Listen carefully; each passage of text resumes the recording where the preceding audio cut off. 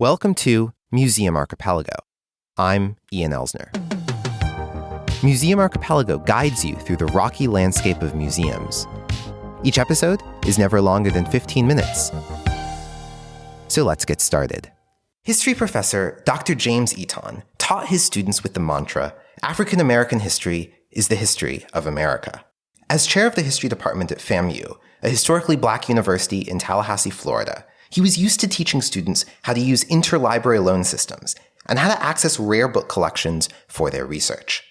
But in the early 1970s, as his students' research questions got more in depth and dove deeper into black history, he realized that there simply weren't enough documents. That helped him to realize that the understanding of Abraham Lincoln, the KKK, the rise of the black middle class, Jim Crow, all of these stories will forever go untapped properly if there's no repository. And he found that as people died, they had material in their attics.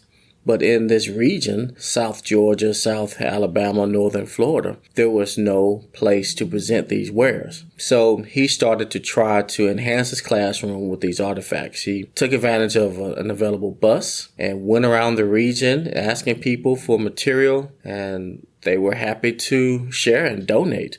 And there was no formal museum practice or archive at the time. It was a professor of history trying to find a way to help the students see that there are two sides to a story.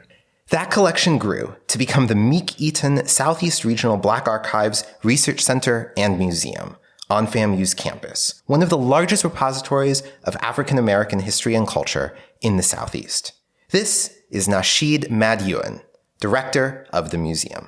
Hello, my name is Nashid Madyun.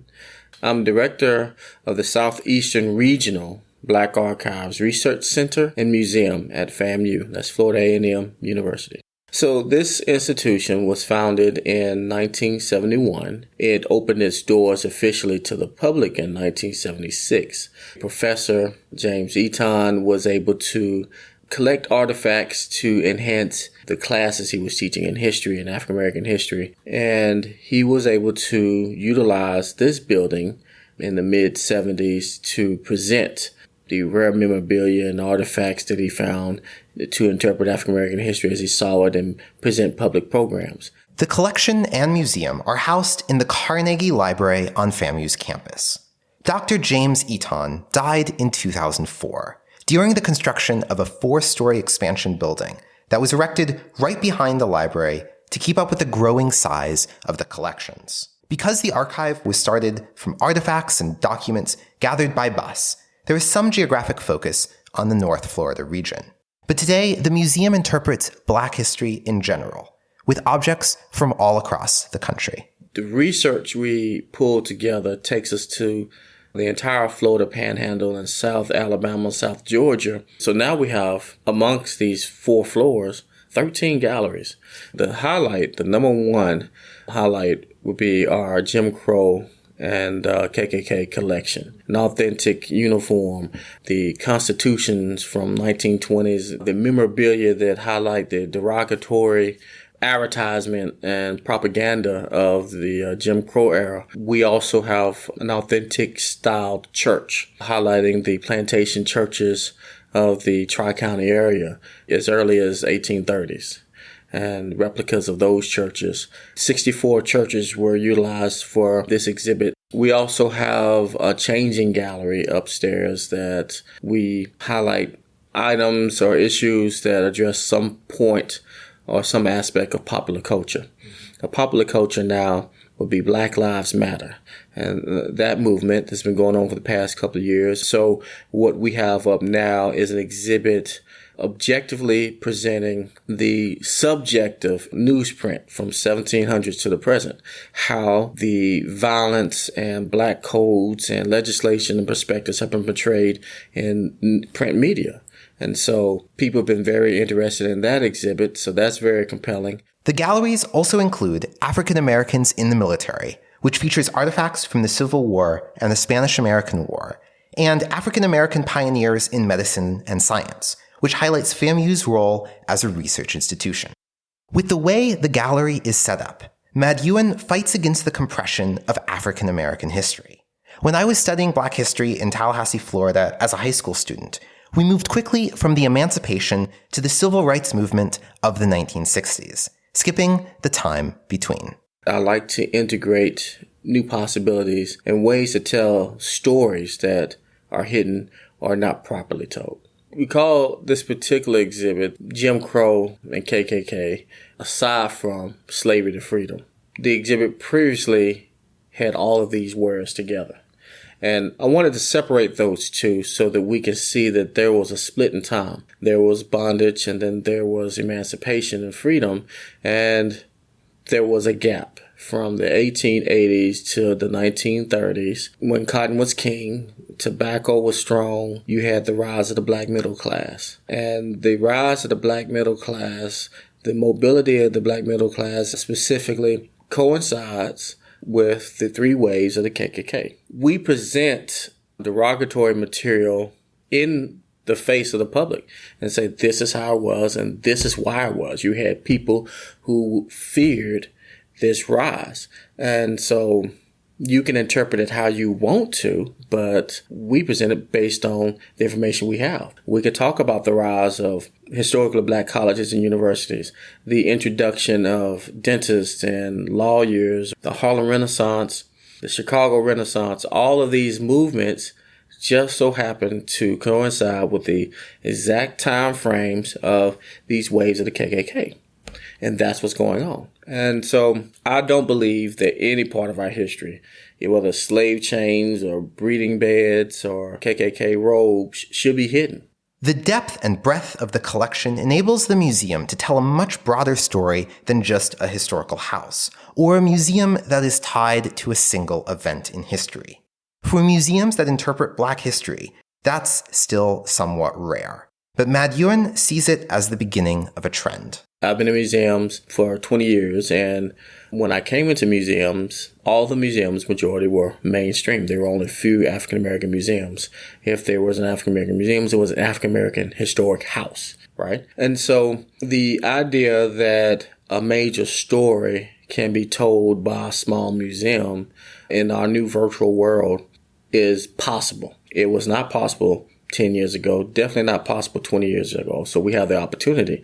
Unfortunately, we still need to catch up to the digitization that's needed so that we can compete. Major museums and some city museums, especially art museums, they receive city funding, even if they're attached to universities.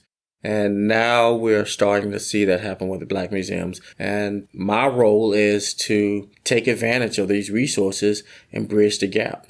Madyun says that part of the gap is technological, that museums are always trying to catch up to where their visitors are. An example that he cites is seeing his student visitors not being able to read cursive handwriting. We had an exhibit last year that we thought was wonderful and opened it up, and the students are coming in and looking at Manumission, actual bills of sales from slaves.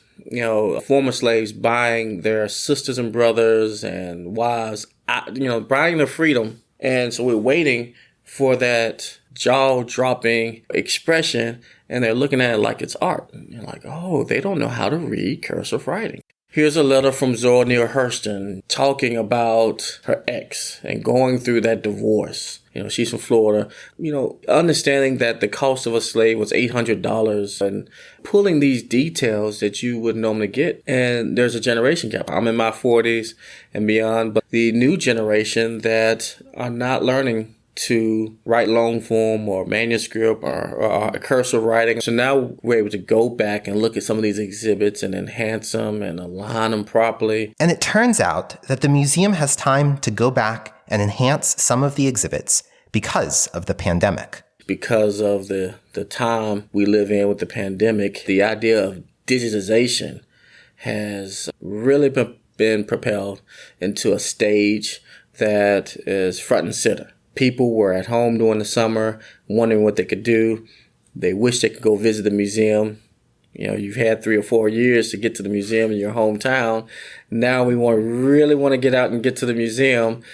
We've begun to walk through the museums and pull out artifacts and have virtual tours. It's been a very good, very productive summer, partly because we've had no guests. So we've been able to focus on all of these very practical logistical projects, and we're going to come out a nice, polished, shiny diamond, able to look at K through 20. So the students on campus and the counties that surround us, the exhibits will be aligned to support curriculums. Students and teachers will be able to go to our website and pull down scavenger hunts and coloring pages or discussion questions and see artifacts that help illuminate that. The Meek-Eaton Southeastern Regional Black Archives Research Center and Museum is part of the Florida African American Heritage Network, which we discussed on episode 85 of this show. For Madyun, the increased focus on Black museums in the state and the slow progress towards more historic markers on Black history are stepping stones. It's a stepping stone. These are the first step into establishing and acknowledging stories. And hopefully stories are objective, but at the least you are able to identify the initial point of interest. And organizations, nonprofits, grassroots committees can come together and expound on that, whether they erect a structure, a walking park, an activity. But across the South specifically, and I'm from Arkansas, across the South, it's been wonderful to see places that have, monuments or historic house or parks or demonstrations where there was once just a marker. This episode of Museum Archipelago is proudly sponsored by SuperHelpful, an audience research and development firm dedicated to helping museum leaders create more equitable and innovative organizations through problem space research. Kyle Bowen, the founder of SuperHelpful, has brought together a team of designers and researchers to build a new community for museum folks who want to support one another as they reimagine what museums will look like in the future.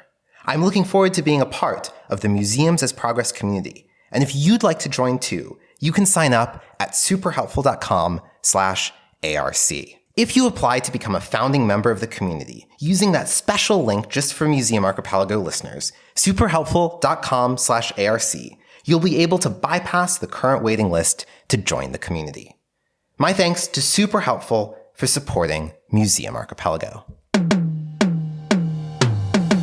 This has been Museum Archipelago.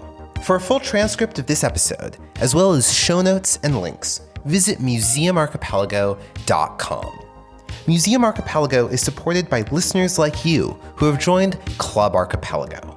Club Archipelago members get access to a bonus podcast feed where we've been doing in-depth reviews of how museums are portrayed in movies, TV shows, and even video games. If you can't get enough of how museums shape our lives, join Club Archipelago today by visiting jointhemuseum.club. Thanks for listening. And next time, bring a friend.